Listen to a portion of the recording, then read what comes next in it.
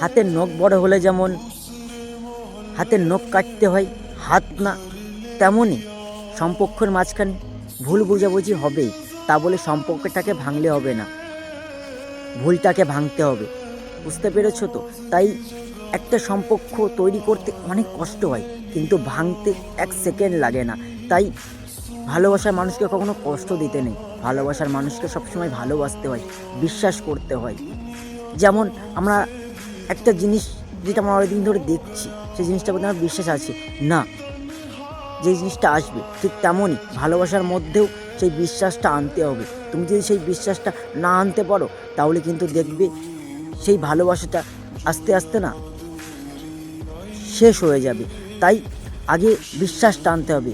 বিশ্বাস আনতে কিন্তু বেশি সময় লাগে না, তাকে নিয়ে ভাবতে হবে, তাকে নিজের করে মানতে হবে, তাহলেই দেখবে বিশ্বাস চলে আসবে। আর কখনো কাউকে ঠকাতে নেই।